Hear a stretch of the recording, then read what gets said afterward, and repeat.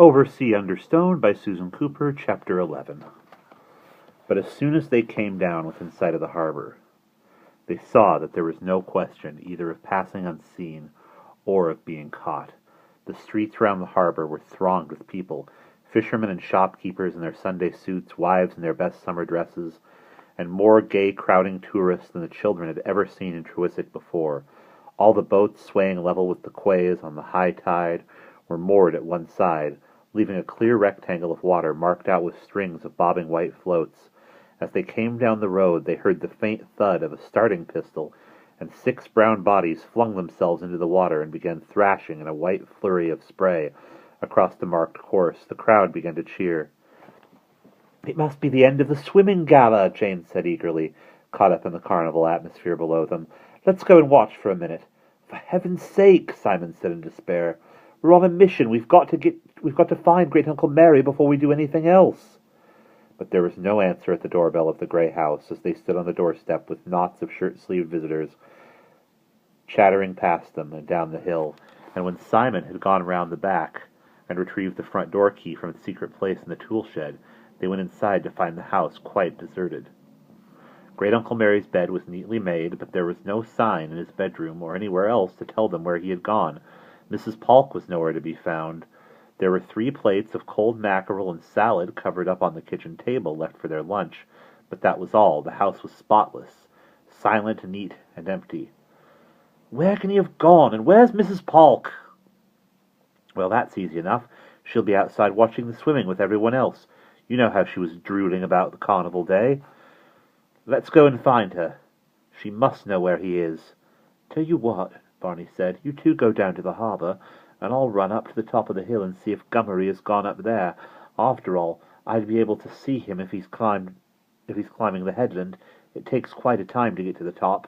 Simon thought for a minute. "All right, that seems sensible enough, but for goodness sake, keep out of sight of the yacht. If you see it coming, you come down to us as quick as you can. We don't want to get separated. We'll be down there on the quay where the start of the swimming is." "Right-o." Barney made off, but then turned back. "I say, what are you going to do with the manuscript? If we don't find Gummery, and we're all on our own, do you think it's safe to go on carrying it about?"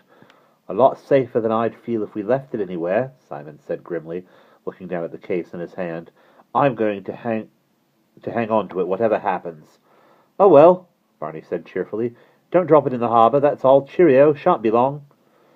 "I'm glad he's so bright about it all," Jane said as the front door slammed. "I wish I were. It's as if there's someone waiting behind every corner to pounce on us. I only feel safe when I'm in bed." "Cheer up," said Simon. "You're still suffering from last night. I was scared then too, but I'm not now. Try to forget about it." "That's all very well," said poor Jane miserably, "but everyone seems to be turning out to be bad now, and it isn't even as if we know what sort of badness it is. Why do they all want the manuscript so much?" "Well," Simon wrinkled his forehead, trying to remember what Great Uncle Mary had said on the first day, "it's the Grail they want, isn't it? Because it stands for something somehow. That's why Gummery wants to find it as well. It's like 2 armies fighting in history. You're never quite sure what they're actually fighting about, but only that one wants to beat the other. Great Uncle Mary's like an army sometimes, all in one person. Those times when he goes all peculiar and distant and you feel he's not quite there. Well, there you are then. It's the same with the others. They're a kind of bad army, up on Standing Stones last night. Even before we knew they were there, you could still feel the badness." "I know," Jane said fervently. "Oh dear, I should feel much better if we knew where Great Uncle Mary was." "We shall know as soon as we find Mrs. Polk. Buck up, Jane." Simon patted her awkwardly on the shoulder. "Come on, let's go down to the harbour. Barney'll get there before us at this rate." Jane nodded, feeling a little better. "Oh, Mother and Father will be coming back this afternoon. Do you think we ought to leave a note?" "No, we'll be back long before then." They went out of the grey house, leaving it in silence, and walked down the hill to the harbour. Unfamiliar children were running all over the place, ignoring their anxious calling parents, and the sleepy little shop which sold ice cream down on the quay was festooned with flags and posters and doing a roaring trade. Simon and Jane threaded their way along the side of the harbour, through the wandering crowds, to the course marked out for the swimming gala. but they felt as if they were paddling against a current. All the crowds were moving toward them, and when they reached the right place, they found everything was over. Only a few boys and girls dodging wet through the crowds in swimsuits, and the bobbing lines of floats in the empty water showed that there had been a swimming gala. Showed that there had been a swimming only a few boys and girls dodging wet through the crowds in swimsuits, and the bobbing lines of floats on the empty water showed that there had been a swimming gala at all.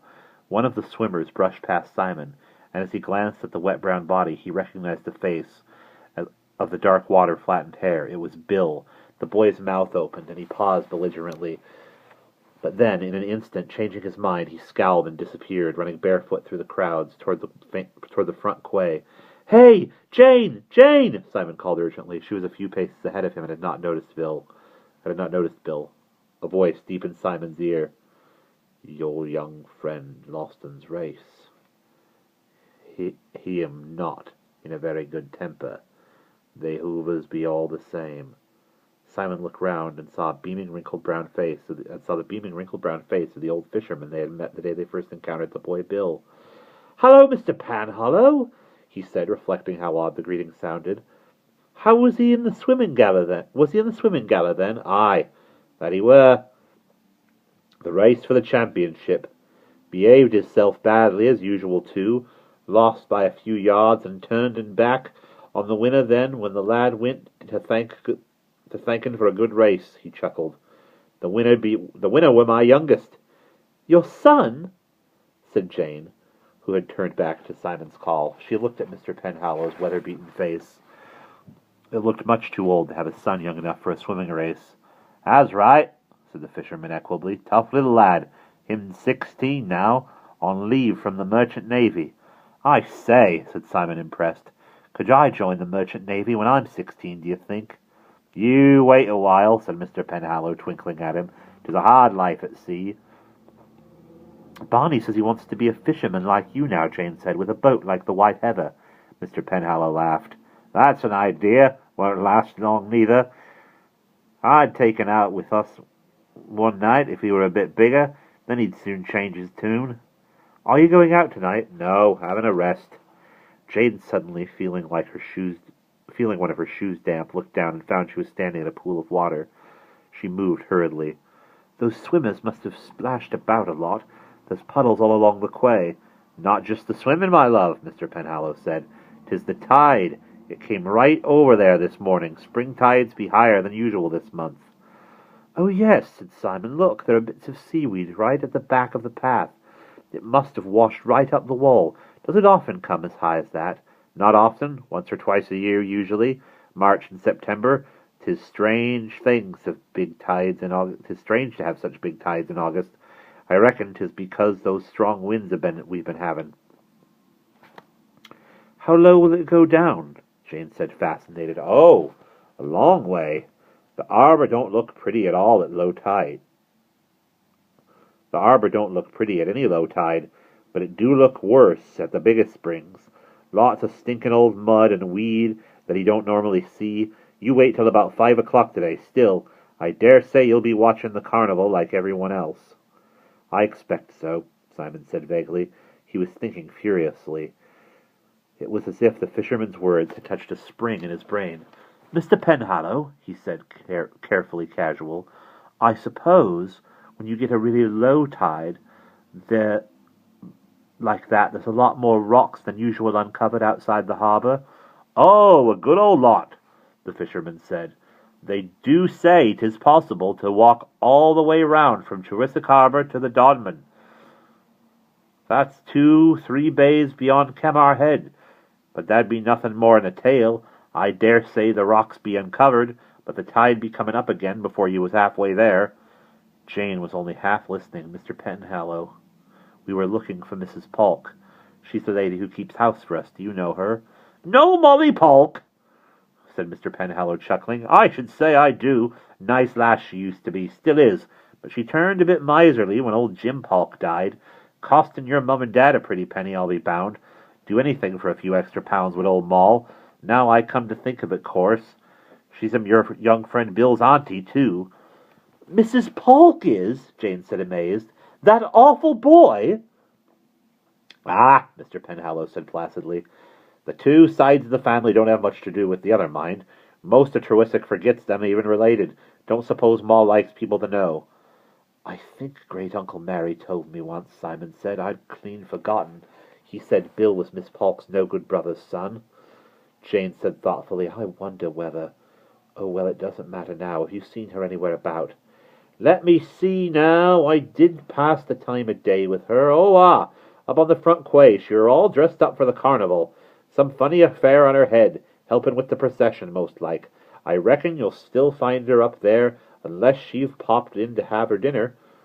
The crowds had thinned round them now, milling about.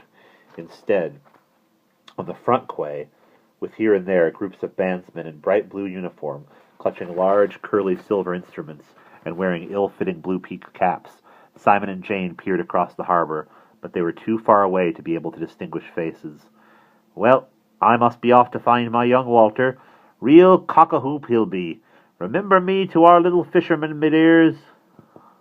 Mr. Penhallow toddled off along the quay, grinning to himself. Jane, who had been wondering what it was about him that seemed different, realized for the first time that instead of the blue jersey and long thigh boots, he was in a stiff black suit and shoes that squeaked. I don't think you should have talked like that about Mrs. Polk, she said, troubled. You don't know. It might be important, Simon said. Anyway, what are we going to do now? We've got to find Mrs. Polk to know where Great-Uncle Mary's gone. But Mr. Penhallow says he saw her on the other side of the harbour, and we told Barney we'd meet him there. I wonder where Barney is. He's surely had time to get up to the top of the road. And back by now. Look, you go and see if Mrs. Polk is over there. I'll wait here till he comes. Simon rubbed his ear. I don't know. I don't like all this splitting up. We haven't got Great-Uncle Mary. We haven't got Barney for the moment. And if you and I split up, nobody will have anybody else at all. Any one of us could get nobbled, and the others not know. I think we ought to keep together. Well, all right, Jane said.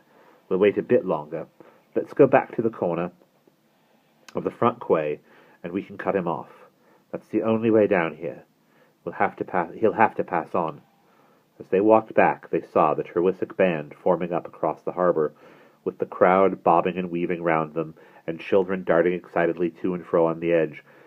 One or two strange figures stood out among the white shirts and summer dresses, tall, fantastically colored, decked with ribbons and leaves, with monstrous false heads set on their shoulders. They must be part of the carnival procession. I think it's starting. Listen, what a horrible noise.